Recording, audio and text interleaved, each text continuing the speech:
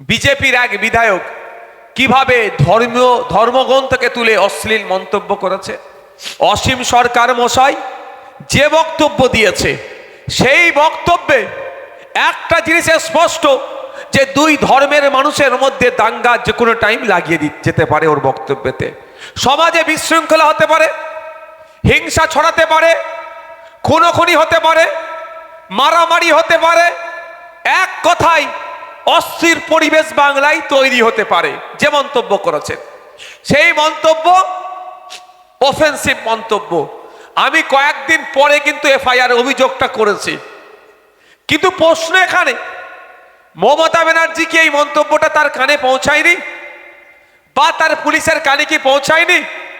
খোঁজ নিয়ে দেখুন আপনারা, এই মন্তব্য মমতা ব্যানার্জির কাছে পৌঁছেছে, তার পুলিশের কাছে পৌঁছালেও কোনো ব্যবস্থা গ্রহণ করেনি। একটু ভাবুন, এতক্ষণটা অতিবাহিত হয়ে গেল, একাধিক অভিযোগ হয়েছে, শতাধিক অভিযোগ হয়ে গেল, এখনো পর্যন্ত মমতা ব্যানার্জি তার পুলিশকে নির্দেশ দিল না ওই সাম্প্রদায়িক মানবতা বিরোধী, ধর্ম বিরোধী শুধু নয়, মানবতা বিরোধী ওই বিধায়কের ঘাড় ধরে জেলের মধ্যে ঢুকানোর। তাই আপনাকে আমাকে সোচ্চার হতে হবে, আপনাকে আমাকে জাগ্রত হতে হবে, মমতা ব্যানার্জিকে প্রশ্ন করতে হবে আর কবে এদের বিরুদ্ধে ব্যবস্থা গ্রহণ করবেন। আপনি বলেছিলেন বিজেপিকে আটকাবো, বিজেপিকে আটকাবো, তাই আমরা আপনাকে অনেকে ভোট দিয়েছিলাম, কিন্তু বিজেপির নেতারা যে ধরনের কুৎসিত ভাষায় কোরআন শরীফকে নিয়ে আক্রমণ করলো, মিথ্যা কথা বললো, অর্ধ সত্য কথা বললো, মিসলিড করলো, মিসগাইড করলো, আগে পরে না দেখে ছোট্ট একটা কথাকে তুলে এমন বিভ্রান্ত করে সমাজকে বিছিয়ে দেওয়ার চেষ্টা করলো, তাদের বিরুদ্ধে কবে ব্যবস্থা গ্রহণ করবেন? 200-র অধিক ভাই মামলা হয়ে গেছে, প্রায় 200-র অধিক অভিযোগ দায়ের হয়েছে। আর কবে করবে গ্রেফতার, আর কবে করবে মমতা ব্যানার্জি? আমি জানতে চাই। এই সরকার তার কাজটা করেছে, মমতা ব্যানার্জি কি তার কাজটা করেছে? তাহলে আপনারা মমতা ব্যানার্জি হাতটা শক্ত করে হলোটা কি আপনি বলেন এবার? আপনি তো মমতা ব্যানার্জি হাতটা শক্ত করেছেন, শক্ত করে ওই হাতেই তো আপনার ক্ষতি করছে। আপনি যে হাতটা শক্ত করলেন ওই হাতি, ওনার নামটা কি, বিধায়কটা অসীম বাবুকে আগলে রেখেছে। যে হাতটা আপনি শক্ত করেছেন সেই শক্ত হাতে অসীম বাবুকে আগলে রেখেছেন। ওই হাতটা যদি আপনি দুর্বল করতেন তাহলে অসীম বাবুকে এতক্ষণ ধরে জেলের মধ্যে রাখতো। এবার আপনি দুর্বল করবেন কি শক্ত করবেন আপনি দেখুন। মমতা ব্যানার্জি কি ভুলে যাচ্ছেন? তার কানে কি যাচ্ছে না? না না জানার ভান করছেন, না না দেখার ভান করছেন যে এমন এক কথা বলেছে ইসলাম ধর্মের অনুসারীদের বুকে আঘাত দিয়েছে, শুধু নয় সংবিধানকেও আঘাত দিয়েছে। সংবিধান যেখানে বাক স্বাধীনতার কথা বললেও এই ধরনের কারো ধর্ম, কোনো বর্ণ, কোনো জাত যে আক্রান্ত হতে পারে, বিভেদ তৈরি হতে পারে, হিংসা ছড়াতে পারে, এই ধরনের বাক স্বাধীনতা কোনোদিন সংবিধান দেয়নি। ওনাকে ঘিরে ধরিনি, ধরবেন না কেউ, চাইছে এটা, কিন্তু এটা চাইছে, মাথায় রাখবেন। আমি কি সমগ্র মতুয়া সমাজের মানুষ বা হিন্দু সমাজের মানুষ এই কাজটা করেছে? একটা ওই অসভ্য লোকটি। আমি অসভ্য লোকই বলবো, সভ্য মানুষের মুখে কথা হয় না, সভ্য মানুষের কথা বলতে পারে না কোনোদিন। তাহলে আমরা কি করলাম? আইনের মাধ্যমে ওর ব্যবস্থা গ্রহণ করতে চাইলাম। এই আইনের মাধ্যমে আমরা তো ব্যবস্থা গ্রহণ করতে চাইছি, কিন্তু এই আইনে আমরা তো ফার্স্ট স্টেপ গিয়েছি, সেকেন্ড থার্ড স্টেপটা কার নেওয়ার দরকার?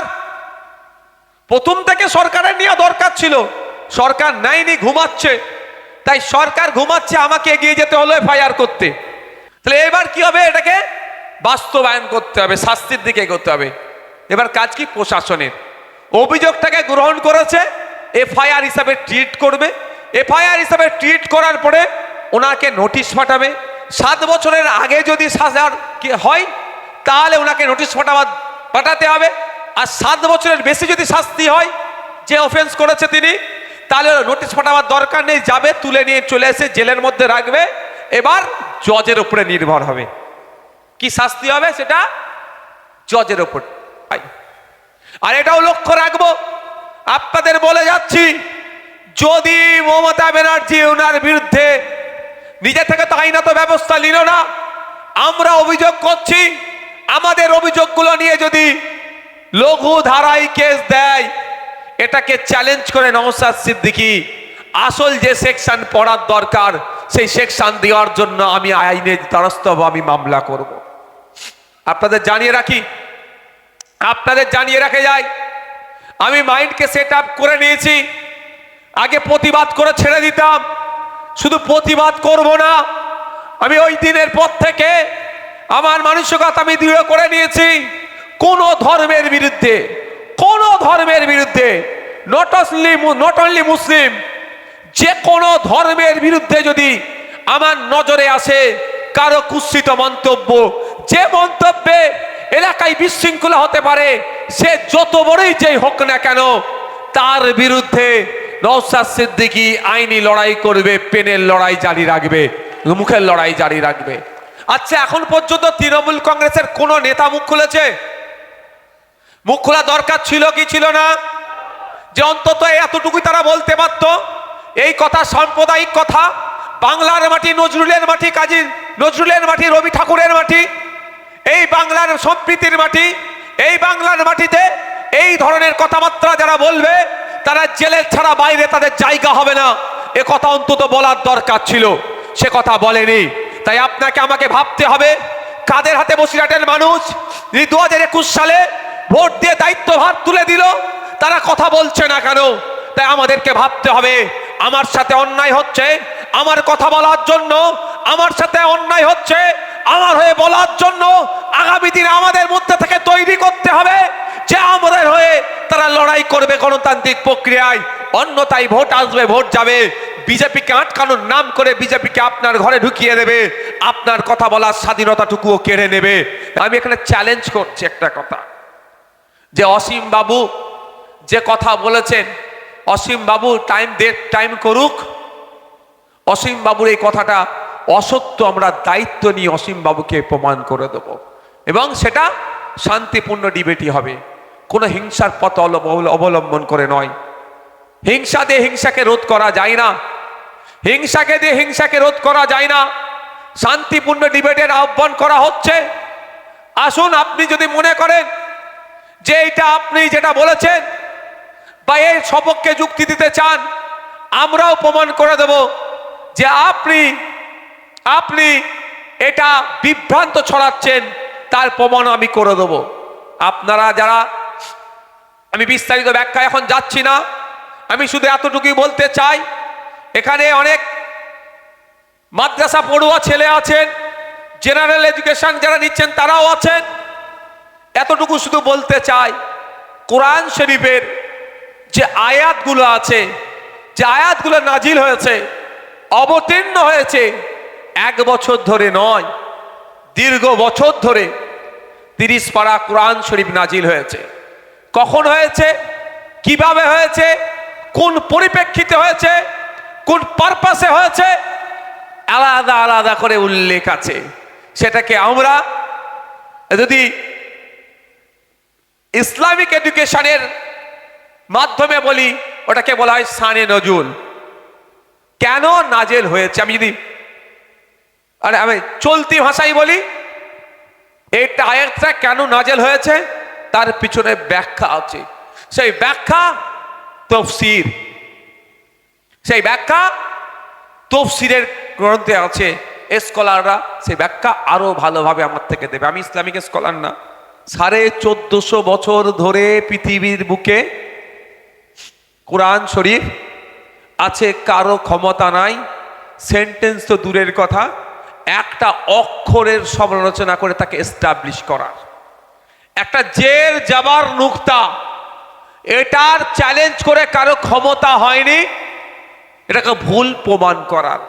বরঞ্চ যুগে যুগে মানুষ ভুল প্রমাণ করতে চেয়ে গবেষণা করেছে কোরআন শরীফকে নিয়ে, পবিত্র কোরআন শরীফকে নিয়ে গবেষণা করেছে ভুল প্রমাণ করার জন্য। এন্ড অফ দ্য ডে, দিনের শেষে দেখা গিয়েছে 10 বছর, 12 বছর, হয়তো 8 বছর, 6 বছর গবেষণা করেছে, গবেষণা করে ভুল প্রমাণ করতে পারেনি। বরঞ্চ কোরআনকে যিনি সৃষ্টি করেছেন তার কাছে আত্মসমর্পণ করেছে। ইতিহাস আছে তো নাকি?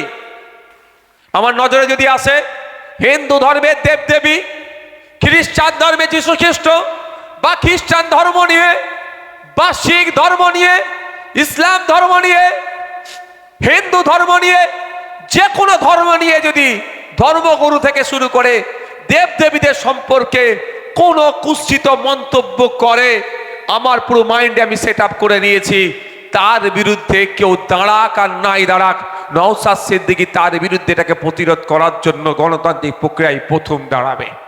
এটাকে চলতে দেওয়া যায় না, এটাকে বন্ধ করতে হবে। সংবিধান এই ধরনের কুৎসিত ভাষায় আক্রমণ করার কোনো রাইট দেয়নি, বরঞ্চ সংবিধান আপনাকে আমাকে রাইট দিয়েছে। আর্টিকেল 25 গুগলে গিয়ে সার্চ করে দেখতে পারেন, বা যদি চান আমার গাড়িতে সংবিধানের কপি রাখা আছে। আর এখন তো সবার মোবাইল আছে, হাতে মোবাইল আছে না? আমার তো পকেটে মোবাইল আছে, চাইলে খুলে দেখতে পারেন যে ওখানে আর্টিকেল 25, সেখানে দেখতে পাবেন আপনি কোন ধর্মটাকে চুজ করবেন তার স্বাধীনতা আপনার আছে। আপনি ধর্মচারণ করবেন তার স্বাধীনতা আছে। ধর্মকে এক্সটেন্ড করতে চাইছেন, ধর্ম প্রচার করবেন, তার স্বাধীনতা সংবিধান আমাদেরকে দিয়েছে। তাহলে আপনি কে এসে যাচ্ছেন এই ধরনের অবাঞ্ছিত মন্তব্য করবেন? এই মমতা ব্যানার্জি আমার মনে হয় ব্যবস্থা গ্রহণ করবে না যতদিন না আপনি সোচ্চার হচ্ছেন গণতান্ত্রিক প্রক্রিয়াতে। আচ্ছা, আপনারা বলুন, বসিরহাটের উত্তরের মানুষ আপনারা তৃণমূলকে ভোট দিয়ে জিতিয়েছেন তো? এখানের মধ্যে যারা উপস্থিত আছেন 90% মানুষ 2021 সালে তৃণমূলকে ভোট দিয়েছিলেন। ঠিক বলছি? 90% মানুষ। কিসের জন্য? বিজেপি সাম্প্রদায়িক শক্তি ওকে আটকানোর জন্য, এই কারণ, তাছাড়া কোনো কারণ নাই। এবার বলুন, ভোট দিয়ে আপনার ভোটটা বিফলে গেল না সঠিক কাজে লাগলো? বিজেপিকে আটকাতে পেরেছেন? হয়তো সংখ্যার জোরে বিজেপিকে আটকাতে পারেননি, কিন্তু বিজেপির প্রত্যেকটা কার্যকলাপ পশ্চিমবাংলার মাটিতে হচ্ছে। মব লিঞ্চিং, দলিতদের উপরে অত্যাচার, আদিবাসীর অধিকার হনন, পিছড়ে বর্গের উপরে অত্যাচার, মতুয়াদেরকে নাগরিকত্ব নিয়ে নাটক হচ্ছে, নমশূদ্রদের অধিকারকে কেড়ে নিচ্ছে, মুসলমানের উপর অত্যাচার হচ্ছে, ইসলাম ধর্মকে নিয়ে ছেড়কার হচ্ছে, কোরআন শরীফকে নিয়ে বাজে মন্তব্য হচ্ছে। হয়তো আপনি সংখ্যার বিচারে বিজেপিকে আটকেছেন, কিন্তু কাজকর্মে বিজেপিকে আপনি আটকাতে পারেননি। মমতা ব্যানার্জি আরো সুযোগ দিচ্ছে। আমি আজকে এটা কোরআন শরীফকে হয়েছে বলে বলছি না, কালকে আমার নজরে যদি পড়ে অন্য কোনো ধর্মগ্রন্থকে নিয়ে এই ধরনের মিথ্যাচার, অনাচার, বিভেদমূলক কথাবার্তা, আমি আপনাদের কথা দিয়ে যাচ্ছি, নওশাদ সিদ্দিকী ওই ধর্মগ্রন্থের পাশে দাঁড়িয়ে যারা মিথ্যাচার অনাচার করবে তাদের বিরুদ্ধেও আইনত লড়াই করবে। আমি আমার স্পষ্ট বার্তা, আমি মুসলমান, আমি কোরআন শরীফ আমার ধর্মগ্রন্থ বলে মানি। হিন্দু সমাজের মানুষের কাছে গীতা আরো ধর্মগ্রন্থ আছে, তারা মানে, কিন্তু আমি জোর করে তাকে কোরআন শরীফ চাপিয়ে দিতে পারি না, সেও জোর করে আমার মাথায় গীতা চাপিয়ে দিতে পারে না। কিন্তু একে অপরকে রেসপেক্ট করতে হবে, একে অপরকে সম্মান দিতে হবে। ওটা তার ধর্মগ্রন্থ, এটা আপনার ধর্মগ্রন্থ, দুটোকেই সম্মান দিতে হবে, তাহলে প্রকৃত ধার্মিকের পরিচয় হবে। আপনি যদি কোরআন শরীফ মানছেন, অন্য ধর্মগ্রন্থ গেলে খিল্লি করছেন, কোরআন শরীফ আপনার সঠিক মানা হচ্ছে না। আপনি কোরআন শরীফ যদি সঠিক মানেন, কোরআন শরীফের মধ্যেই উল্লেখ আছে নিজের ধর্মকে পালন করো, অপর ধর্মকে রেসপেক্ট করো। প্রকৃত যদি কোরআন শরীফ মাননেওয়ালা আপনি হন, আপনার কাজ হবে নিজের ধর্মকে পালন করবেন, অপরের ধর্মকে রেসপেক্ট করবেন। ঠিক একইভাবে আমি গীতা পড়িনি, বাইবেল আমি পড়িনি, বা অন্য কোনো ধর্মগ্রন্থ আমি পড়িনি। আমার এটায় প্রত্যেক ধর্মে বলে শান্তির কথা, নিশ্চিতভাবে হয়তো সেন্টেন্সের অন্য কোনোভাবে দিয়ে সেখানেও বলা আছে, থাকতে পারে, আমি পড়িনি বলতে পারবো না। অন্য ধর্ম সম্পর্কে কোনো কুকথা বলতে পারমিট করে না। তাহলে আপনার ওপরে অত্যাচার হলো, আপনার কোরআন শরীফকে নিয়ে বাজে মন্তব্য হলো, আপনার কোরআন শরীফকে নিয়ে ছেড়খাড় হলো, এবং সে অশ্লীল ভাষা প্রয়োগ করলো, এটার সমাধান কিভাবে হবে বলে আপনি ঘিরে ওনাকে করবেন নাকি? এটা সমাধান? এটা সমাধান নয়। এই না, আপনি ঘিরে তার কাছ থেকে জবাব চান, সেই জন্য আপনার হাতে আইন তুলে দিয়েছে দেশ। কি আইন তুলে দিয়েছে? সেকশন ধরে উল্লেখ আছে, সাম্প্রদায়িক দাঙ্গা বাঁধতে পারে যদি এমন কথা হয়, এই সেকশনে ওর এত ধারা মামলা হবে, এই সেকশনে ওর নামে মামলা করো, ওকে কোর্টের মাধ্যমে শাস্তির ব্যবস্থা করো। আপনি আইন হাতে তুলে নিতে পারবেন না। এটা কে বলছে? দেশ বলছে। তাহলে আমরা সেই পথ অবলম্বন করব। আমার বড় ভাইজান কাকে ভোট দেওয়া বৈধ আর অবৈধ এই বিষয়ে কথা বলেছিল।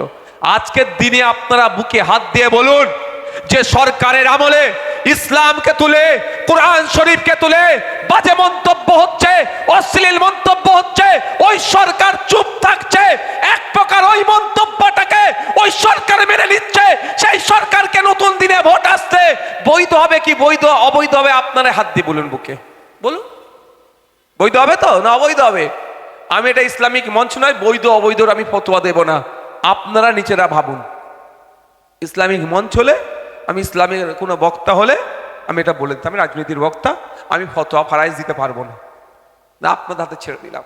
এটাই তো আমার বড় ভাইজান বলেছে নাকি, কেন ভোট দেওয়া অবৈধ?